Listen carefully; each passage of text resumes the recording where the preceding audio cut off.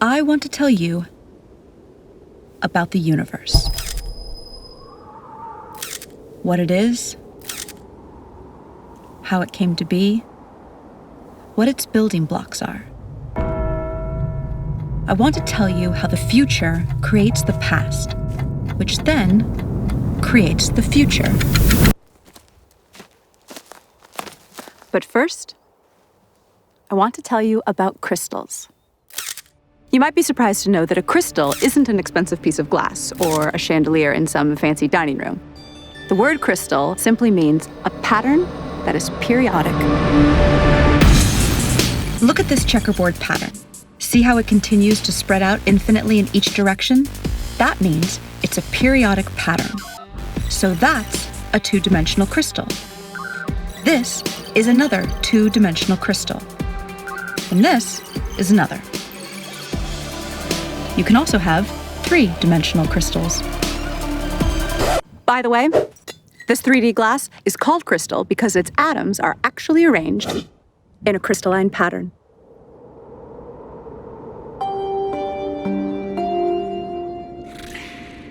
So, see how I'm projecting this three-dimensional crystal to a two-dimensional image on the sand? See how the 2D projection looks distorted because of the angle of the projection? That 2D image also has a pattern, but it isn't periodic. So, it's not a crystal. But there's a deep connection between the 2D object on the sand and the 3D mother crystal. This distorted 2D pattern is called a quasi-crystal. A quasi-crystal in a certain dimension, in this case 2D, is a projection of a crystal in a higher dimension, in this case 3D. A group of physicists in Los Angeles is working on a new physics theory where a particular 8D crystal, yep, that's right, an 8-dimensional crystal, is projected to 4D at a very particular angle, which forms a 4D quasi-crystal. And from this 4D quasi-crystal, they derive a 3D quasi-crystal, which they believe is the fundamental substructure of all of reality. This 3D quasi-crystal has a fundamental building block, a tetrahedron, which is a three-dimensional equilateral triangle. The size of each edge on this shape is the smallest possible length that can exist. This is called the Planck length. It's 10 to the 35 times smaller than a meter.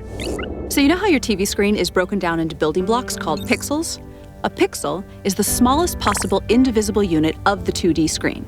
So think of reality as your TV screen, but in 3D. And think of the tetrahedron as a 3D pixel, the smallest possible indivisible unit of reality. The tetrahedra in the quasi-crystal combine with other tetrahedra, using complex mathematical rules, to fill up all of the space in the universe. Each tetrahedron only has a few specific states in which it can exist at any given moment. And because of the rules of how these pixels connect to each other, if one tetrahedron is in a certain state, this dictates the states of many other tetrahedra throughout all of space. But here's the weird thing. If a certain tetrahedron can be in any one of just a few possible states in a given moment, who or what chooses the state it should be in at any given moment? Well, for such a choice to be made, we need to scientifically, mathematically, and logically bring in a new element into physics. And that element is consciousness. If you're not a scientist, you might be surprised to learn that nobody actually knows the exact value of the speed of light. We have a close approximation, but not the exact value. The closest we can get to measuring it has to do with the precision of our machines. But no matter how precise our machines get, we will never be able to measure the exact speed of light without a theory that tells us what it is and why it is. And none of the current physics theories do that. Oh, look, Professor Einstein, you look so cute. So I look pretty here? Yes, yes. No, wait, that's my bad side. But if I go... Ja, das ist gut. What if I stick out my tongue like this? Bah! Sehr gut. Oh. Our best physics theories, Einstein's theory of relativity and quantum mechanics, both use the speed of light as a starting point. In other words, they use an inexact measurement of the speed of light without explaining why it is, what it is, or why the universe even has a speed limit in the first place. We need a new theory. And such a theory is what the physicists and mathematicians of quantum gravity research in Los Angeles are working on. They call it emergence theory, and it will, really for the first time ever, provide an explanation for the speed of light and the other constants, such as Planck's constant and the fine structure constant. Basically, what is needed is a theory of everything, a theory that explains the very fundamental aspects of reality. String theory, which once held a lot of promise for possibly being a successful theory of everything, has not made any successful predictions. And regardless of predictions, the theory itself isn't actually a theory of everything. It's just not, because it can't explain the speed of light or the other constants. Quantum mechanics and general relativity, on the other hand, do make good predictions, but they don't explain the fundamental constants either. Professor Einstein, why does the speed of light have the exact value that it does? Well, to put it plainly, security! So what clues does nature offer us for what a theory of everything should look like? We've identified 7. Information, causality loops, non-determinism, consciousness, pixelation, E8 crystal, and the golden ratio. A growing number of physicists are saying reality is made of information. What does that even mean? Well, information is meaning in the form of symbolism. A language or code provide this kind of information conveying symbolism. A very different type of symbol is one that represents itself. Geometric symbols can do that. A cube can represent love, if we say it does, or it can represent, really with minimal subjectivity, itself. Could there be a language or code made out of geometry? What type of information would such a language express? Quantum physics theory and classical physics indicate that reality is made of information, and there is no evidence that reality is made of anything other than information. Many physicists agree with this, and many don't. But those that don't agree that reality is made of information have no explanation for what reality is, if it's not information. Gentlemen? Reality is made of information. Nope. Yes, it is made of information. No. Okay, so what is it made of if not information? Energy. Energy is information. That's stupid. Energy is the potential for a particle to change its position. Potential is information. Energy is information. No. It's information. Then what is it? Not information. Then what is it? Not information.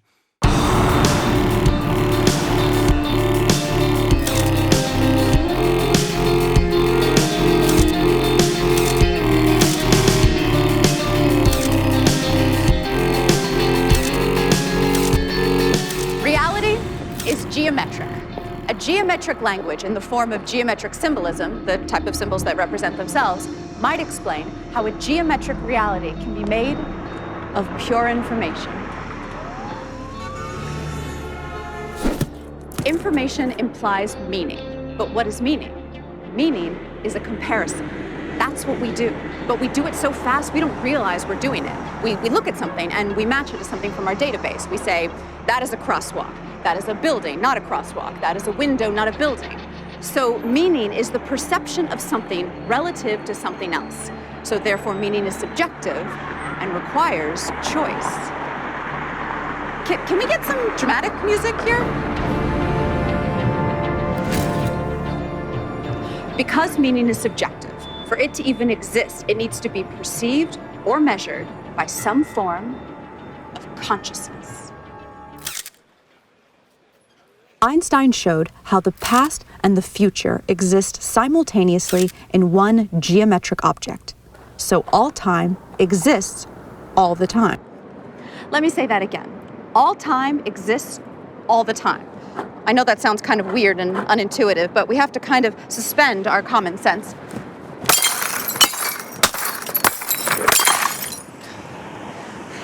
And accept that mathematically, and according to the best physics formulas we have, that actually makes sense. So, let's visualize the geometric object that Einstein spoke about as a block. Remember the tetrahedra, the building block pixels of reality I told you about? Now imagine the entire universe, everything, everywhere, in one frozen moment in time. Like a single frame in a movie. In this one frame, all of reality everywhere appears frozen in this one position. Let me give you an analogy. In a movie shot on 35mm film, there are 24 frames a second. There is no actual movement in a movie. There is just a sequence of frozen frames. Now remember how I told you about the Planck length of space, which is the smallest length possible? Well, there is also a Planck length of time, and it is much shorter than 24 frames a second. In fact, it's 10 to the 44 times shorter than a second. Okay, so back to our frozen frame of reality. The entire universe in one frozen moment, one frame. But instead of a frame in a movie, it's a frame in all of reality. Now, imagine the next frame. Each frame is different from the previous one, just like in a movie.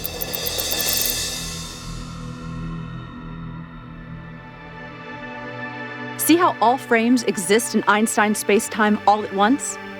Okay, now here's where things get really, really weird. We assume that the past influences the future. That's how we appear to experience reality.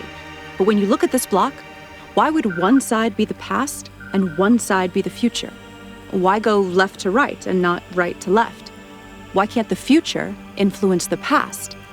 Take away the names past and future if that helps you think of this concept. So what if the past influences the future and the future influences the past in an endless feedback loop? So then, the question is, which part of the past is influencing which part of the future and vice versa? And the answer is, all time is affecting all time, all the time. Ay, I need a drink.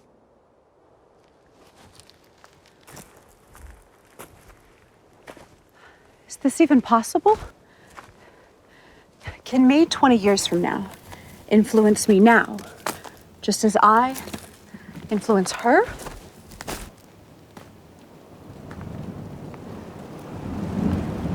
So can me 5 minutes from now influence me 10 minutes ago, just as me 10 minutes ago influences me as a baby, just as me as a baby influences me on my deathbed? This is too weird to even grasp. But everything we know says this is the way it is. Am I stoned? Okay, so if every moment is co-creating every other moment, both forward and backward in time, then reality would be this massive neural network spanning space and time. This type of network would have one even way stranger quality than anything we've talked about so far. It would be its own creator. But the fact that all time exists all the time does not mean that the future is written in stone, and we're some kind of programmed animation or something. That's what they used to believe, though. Years ago, it was popular to believe in the somewhat bummer idea of reality being a deterministic program playing itself out. Light is scattered by electrons and is bounced off electrons. The famous double-slit experiment ruled out determinism. Look it up if you've never heard of it. It's wild and is one of the cornerstones of modern physics. But for now, take my word for it. It ruled out determinism and ushered in a new era of non-determinism, or basically, free will. So, how does free will work? One of the most surprising discoveries of quantum physics is that reality only exists when it is observed. That literally, particles do not exist until they are observed. Famous physicist John Wheeler, he's the guy who came up with the term black hole, says that reality is made of information, which is created by observation. The observation must be made, he says, by something conscious. And Nobel Prize winner Frank Wilczek said that quantum theory is contentious and obscure, and that it will remain that way until someone constructs, within the formalism of quantum mechanics, an observer, a model entity whose states correspond to a recognizable caricature of conscious awareness. An entity, an observer. So Frank Wilczek is basically talking about an entity, not necessarily a human being or an animal, that is capable of generating information by observing and measuring. But what would that conscious entity be? Well, we definitely know that consciousness exists in the universe. I mean, at least in us humans, right? I mean, I'm conscious, you're conscious, he's conscious, I think. I'm conscious. I'm conscious.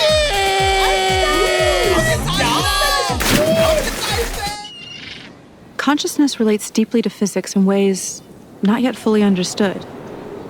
In fact, consciousness is kind of like one of the least understood things in all of science. Nobody knows exactly what it is. Weird, right? So if reality is pure information, if everything, energy, matter, thought, if it's all information, then it becomes clear that reality deeply ties into consciousness in some way, as if the fundamental stuff of reality is somehow consciousness. Did consciousness and information somehow emerge in a causality feedback loop? German physicist Werner Heisenberg developed the first equations of quantum mechanics using a type of math called matrix theory. He deduced that space and time were pixelated into indivisible three-dimensional Planck length units, just like the two-dimensional pixels on your computer screen. It's good to be made of pixels. The mathematics indicated this. Mathematics. I love mathematics. Your pizza, Professor. And pizza. Oh, I love pizza. Especially pixelated pizza. And interestingly, there was no solid experimental evidence for smooth, in other words, not pixelated, space-time. Pizza. Not pixelated. Not pixelated. Pixelated. We are not pixelated. Not pixelated. Yes, you are, morons. Your mother is pixelated. This is smooth. There is no evidence of that. And the mathematics show it is pixelated, so it must be pixelated. Oh, that's interesting. Bullshit. It must be pixelated. Bullshit, bullshit, bullshit, bullshit. On the other hand, most scientists agree that a length can be no shorter than the Planck length, which suggests reality is pixelated. There is no length shorter than the Planck length. That means reality is pixelated. I'm not pixelated. I'm not. Dude, you're kind of being a little like one of those people who deny evolution because they can't handle the fact their ancestors were monkeys. Are you a monkey? Huh? Are you a little monkey? We believe that until a quantum gravity theory of pixelated spacetime is discovered, the issue will remain confusing for everyone. What type of geometric code would describe a pixelated reality? 80 years of smashing particles together in particle accelerators, such as the famous Large Hadron Collider in Geneva, have given us a strange clue that all the fundamental particles and forces convert into one another. Like they literally transform from one to the other, according to a process called gauge symmetry transformation. And all of these conversions correspond to a shape. And not just any shape, an 8-dimensional shape. Now this shape forms a crystal. Now remember, crystals are periodic patterns of a certain shape, like that checkerboard is a 2D crystal made up of squares. So this crystal is of a particular 8-dimensional shape, and this crystal is known as the E8 lattice.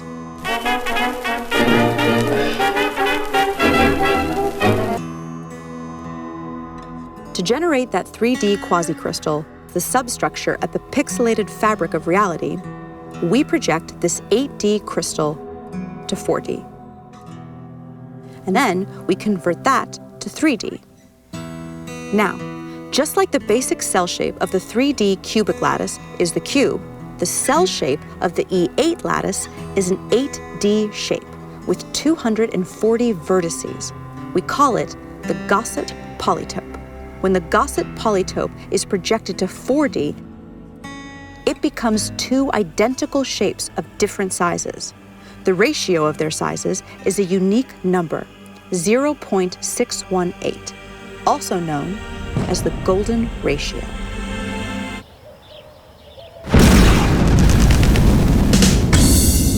The golden ratio may be the fundamental constant of nature. It is a ratio that is fundamental to circumscribed equilateral triangles, and it's weirdly ubiquitous in the universe, appearing everywhere from the quantum to celestial scales. Ever so interestingly, it appears in black holes. I don't want to fly into a black hole! I wish I never realized your existence!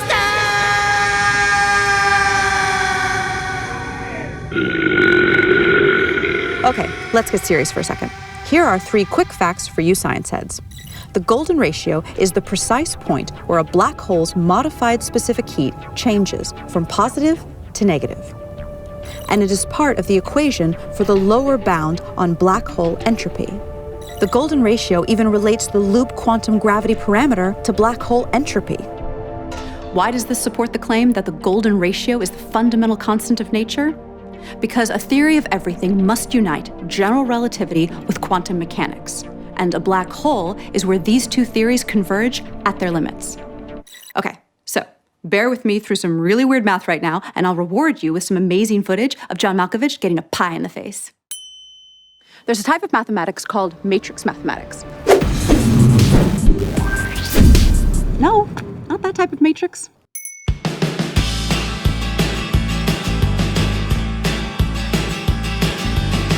Matrix math is the type of math that quantum physics uses in its formulas. Without getting too technical, this is an example of a matrix. A matrix is just a group of numbers that are arranged in columns and rows. And there's a certain amount of combinations for these numbers inside the matrix. Like if a matrix has 4 numbers inside it, there are 24 different possible combinations for those 4 numbers. Quantum mechanics uses matrices that are binary, so they only contain various combinations of 2 numbers. Each of these combinations of numbers has a value. It's called an eigenvalue. Some eigenvalues are called trivial. These are values like 1, 2, and 0. And some are called non-trivial, and those are all sorts of more complex-looking numbers. So, here's the interesting part. Where's that interesting part? Oh, yes, here. The highest probability non-trivial eigenvalues that show up in binary matrices are, ready for this, the golden ratio and -1 over the golden ratio. So we now see a deep link between black holes and quantum mechanics because the golden ratio appears deeply in both black hole physics and in quantum mechanics. Okay. Good job bearing with me. So, here's your reward. John Malkovich getting a pie in the face. No, I don't want, no. I'm not John Malkovich. Pie! The golden ratio appears to startling accuracies in many other ways throughout the universe in scales both large and small. It is so prevalent that its existence simply cannot be looked at as coincidental. In the past, the appearance of this ratio has usually been ignored by scientists because they had no way to explain it. So interest in it was considered the stuff of amateur scientists. But now, for the first time, a rigorous quantum gravity theory is being developed, which predicts the golden ratio's existence, literally, everywhere. So what would a theory of everything look like that answers these 7 clues we just presented? Information, causality loops, non-determinism, consciousness, pixelation, E8 crystal, and the golden ratio. So we think reality is a mosaic-like code or language at the smallest scale of reality possible, which is called the Planck length. Particle accelerator data tells us that all particles and forces relate to one another according to a higher dimensional crystal called the E8 lattice. But reality appears to be 3D. So we project a slice of this E8 crystal down to 3D, which produces a quasi-crystal code or language. And that allows these geometric symbols to build up to the ordinary world of particles and forces that we see around us. Now, this geometric language has rules, but it also has syntactical freedom like any language. And that requires some notion of a chooser to choose the free steps in the language. Now, the notion of randomness doesn't work so well when it comes to codes because meaning starts to break down. Besides, there's no decent experimental evidence for randomness in nature in the first place. A universal collective consciousness is one answer, but that sounds New Age and religious. Now, nowadays, a good number of physicists discuss the idea that our whole universe is actually a code-based simulation in some fantastically powerful quantum computer in another universe.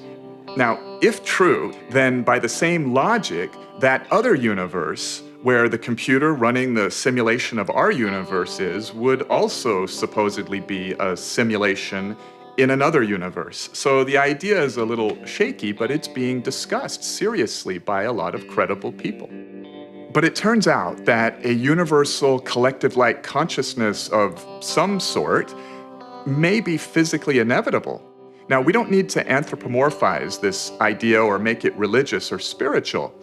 To follow why, let us start with the idea of the collective behavior of cells in your body, each a single-celled microbe living its life. A long time ago, only this sort of cellular life form existed here on Earth. These little guys were not too smart, but they did choose what direction to swim and could chase nutrients, reproduce, and run from dangerous things. They made choices with their very simple systems of environmental awareness and desire to survive. Then they self-organized into colonies that were smarter as a group and had more environmental awareness than the individuals.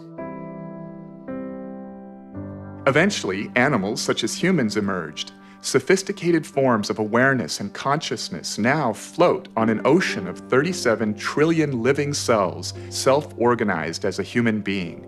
It is specifically the laws of physics that caused electrons and quarks to self-organize into 81 stable atoms, and from there, into human consciousness. And physics places no upper limit on the amount of energy and matter that can self-organize into conscious systems. Physics allows the possibility of all the energy in the universe to eventually convert into a single conscious system that is itself a network of other conscious systems, a massive, technologically based collective consciousness. Given enough time, anything that can happen will eventually happen. By this axiom, this system of universal consciousness has already emerged somewhere in the frames of space-time ahead of us. Because it is possible, it is inevitable. In fact, according to the evidence of retrocausality time loops, that inevitable future is co-creating us right now, just as we are co-creating it. When humanity discovers the theory of everything, it will usher in a new age of prosperity. For example, clean, cheap energy, leading to the eventual elimination of poverty. As a nonprofit, quantum gravity research relies on crowdfunding to support our scientific progress. Even a $5 donation is meaningful and moves this mission forward. To participate in the adventure, visit quantumgravityresearch.org and click on Support Our Work. And please spread the word by sharing and posting this video and follow the journey on Facebook, Twitter, and Instagram.